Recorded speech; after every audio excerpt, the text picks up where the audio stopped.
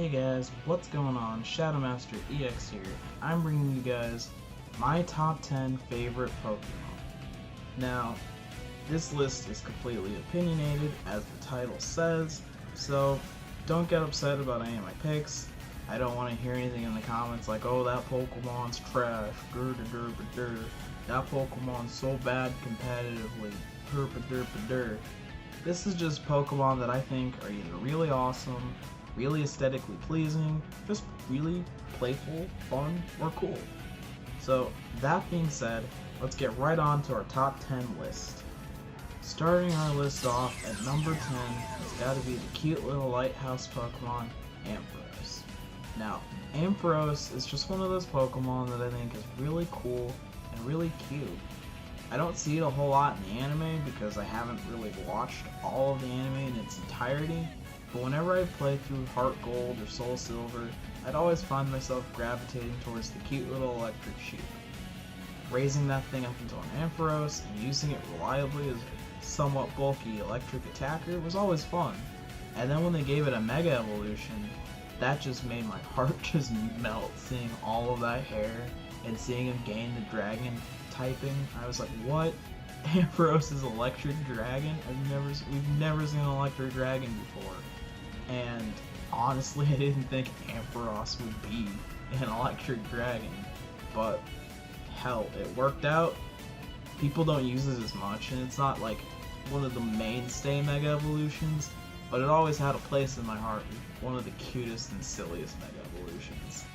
Coming in at the number 9 spot is going to have to be the adorable little beetle, Heracross. Now, I fell in love with Heracross immediately when I saw him in the anime, because Kanto and Johto were the first two anime regions that I actually watched, and honestly, I tapered off a little bit after that, but once I saw Heracross in action, I was like, holy crap, look at this adorable powerhouse. Who would have thought that a little stag beetle, who looks like he's perpetually happy and perpetually just pleased with life itself, could kick so much ass? Like when Ash caught it, following Heracross around and seeing the gags with him and Bulbasaur was always one of my favorite parts about watching the anime, despite really not liking Ash at the time.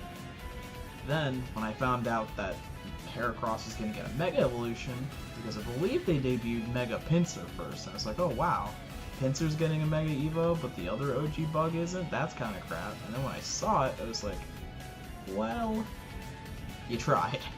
I was like, that's okay. I still like you, I still love you as a Pokemon, and to be honest, Mega Heracross isn't a bad Pokemon at all. Skill Link is a pretty cool ability, giving him access to moves like Pin Missile and Rock Blast, and I think it's, what is it, Dual Chop? No, it's something that has hands as a motion. I can't think of the move right now, but I'll probably put in some video footage right here of him doing the move, and then I'll know. But seeing as he was able to get these new moves to his move pool made him really interesting, because he wasn't just the Mega Horn close combat, murder machine that he really was. Like, it was cool being able to use him in a different format, and then getting him up and out, maybe with a bulk up with Sticky Web out. Hell man, you're looking at a Heracross sweep right there. And that is why Heracross comes in at the number 9 spot. Our number 8 spot goes to the most beautiful Pokemon of them all, Milotic. Now, Milotic is beauty incarnate. It was one of those Pokemon that always attracted me, pun not intended, because it was hard to get.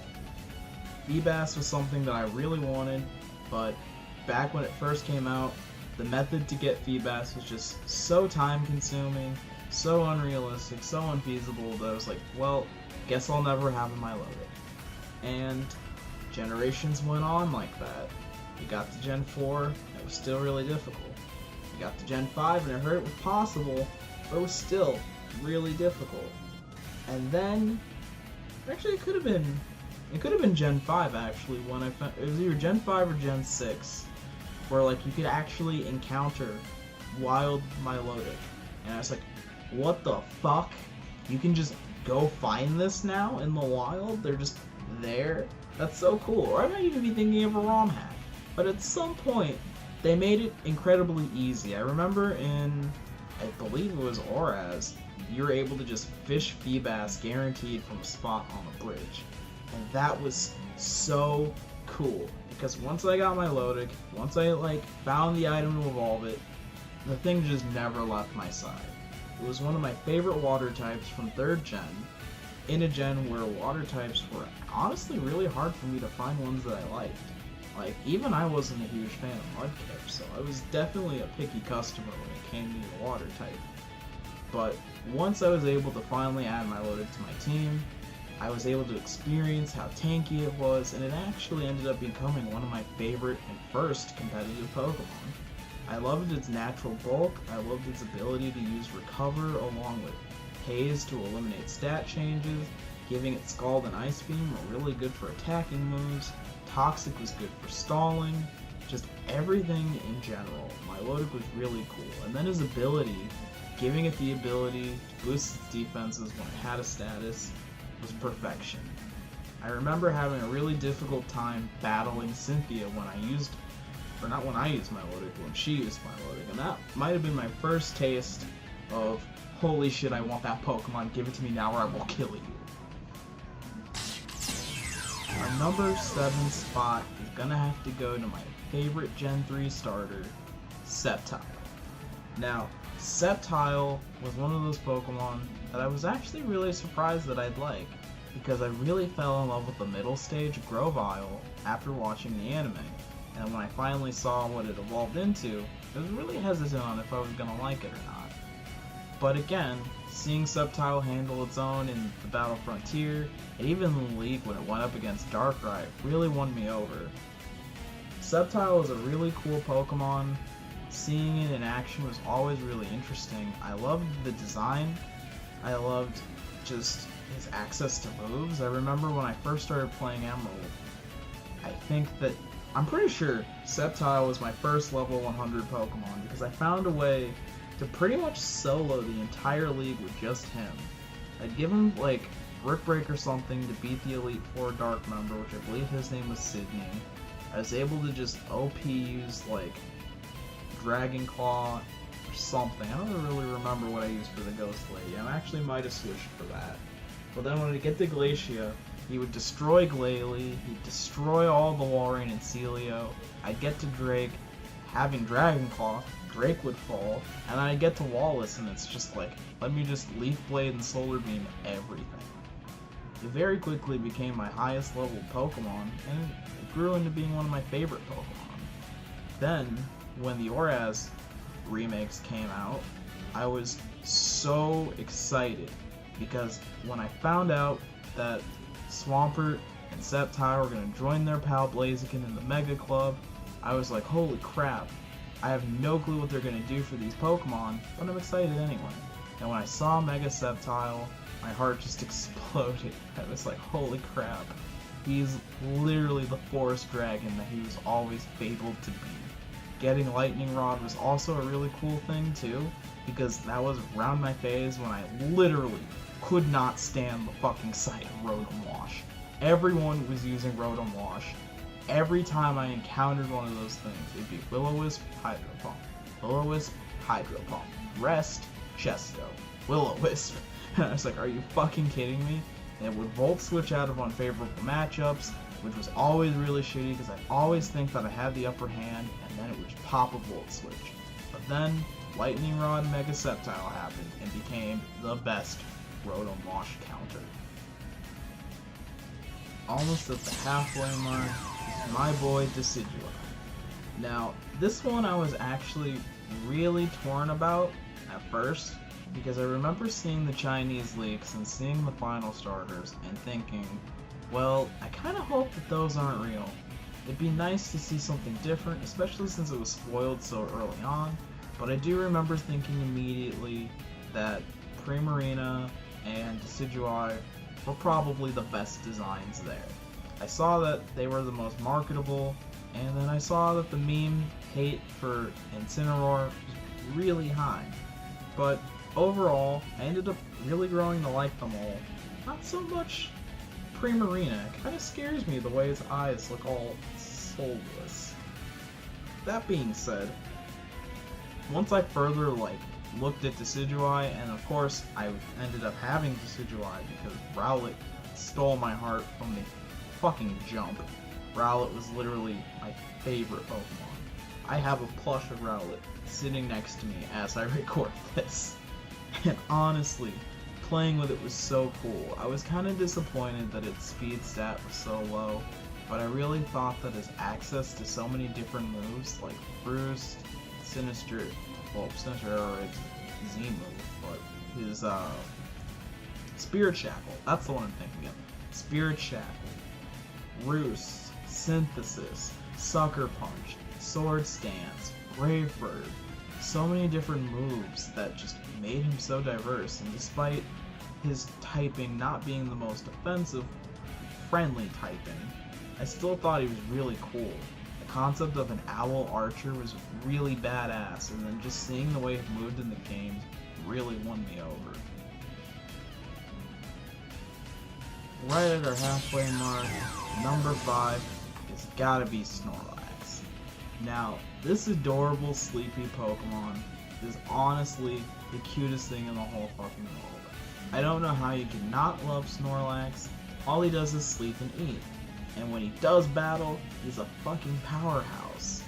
Seeing him in the anime was really cool because seeing a Pokemon that was just so simplistic and yet charming was kind of new.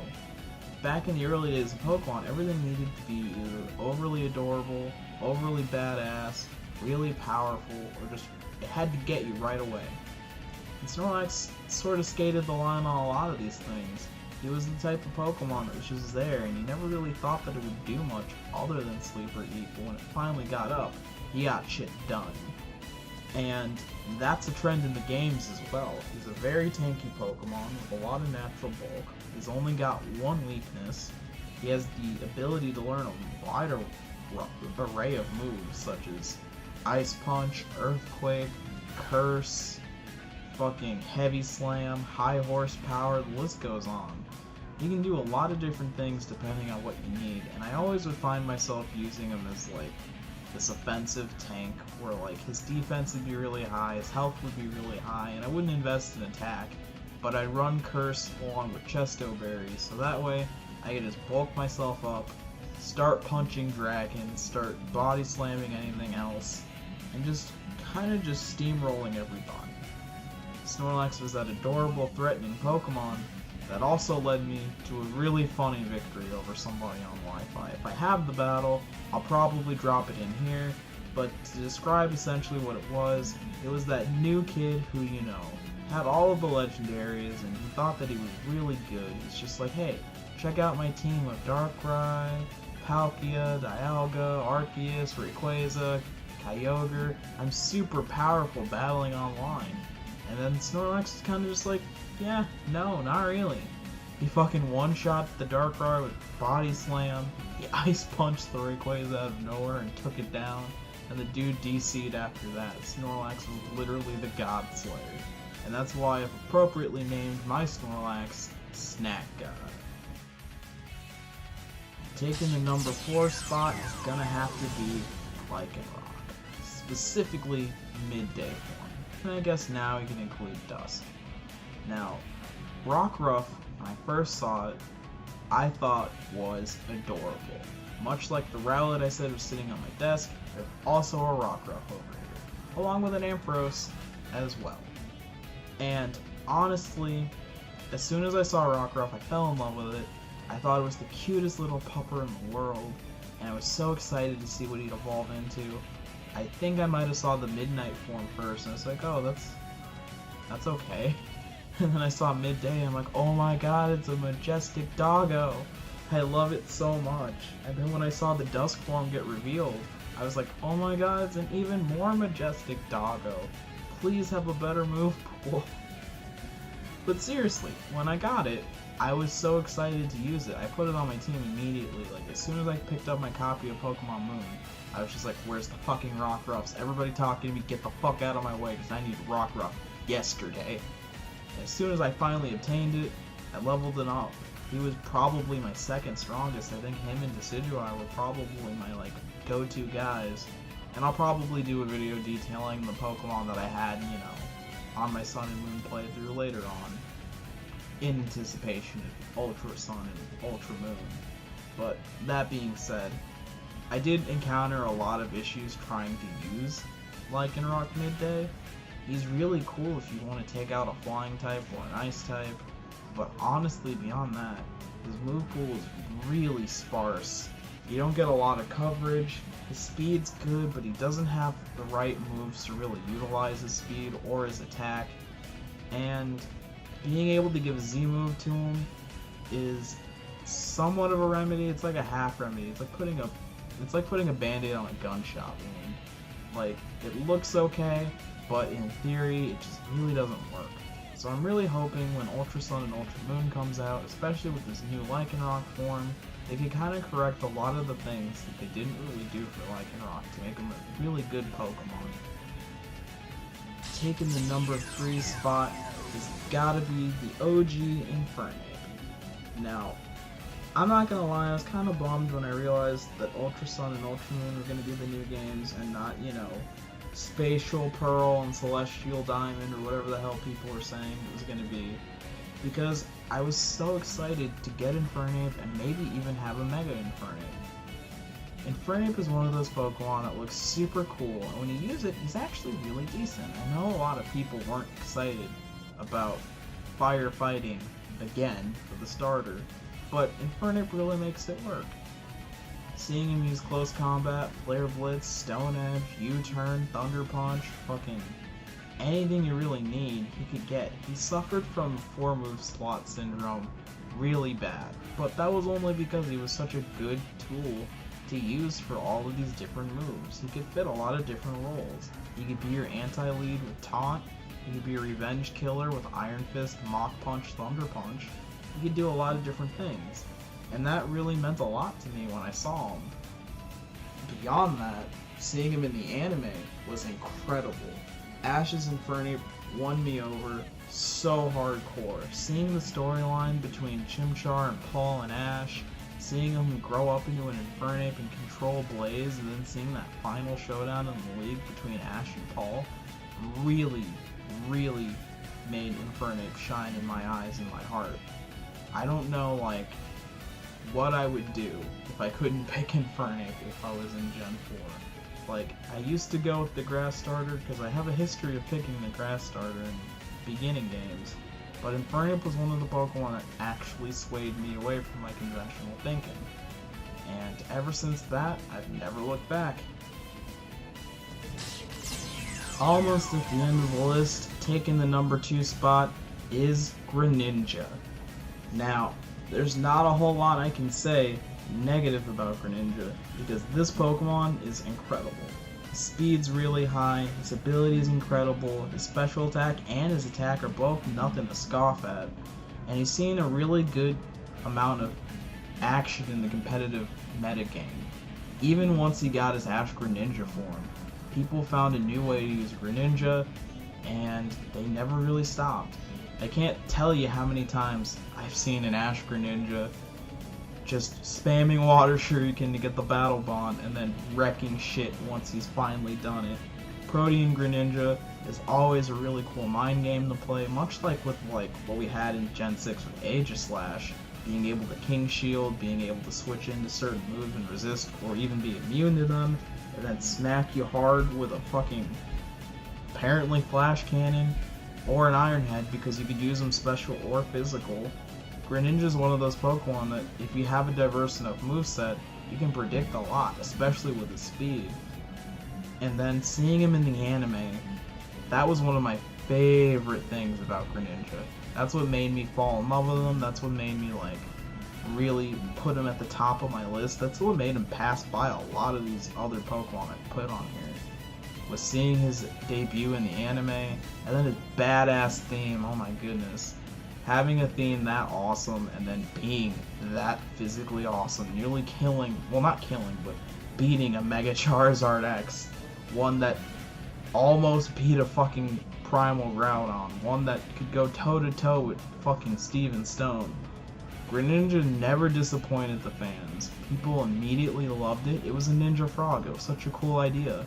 He ended up in Smash Bros. He even beat out the main mascot for Pokemon in a poll for most popular Pokemon.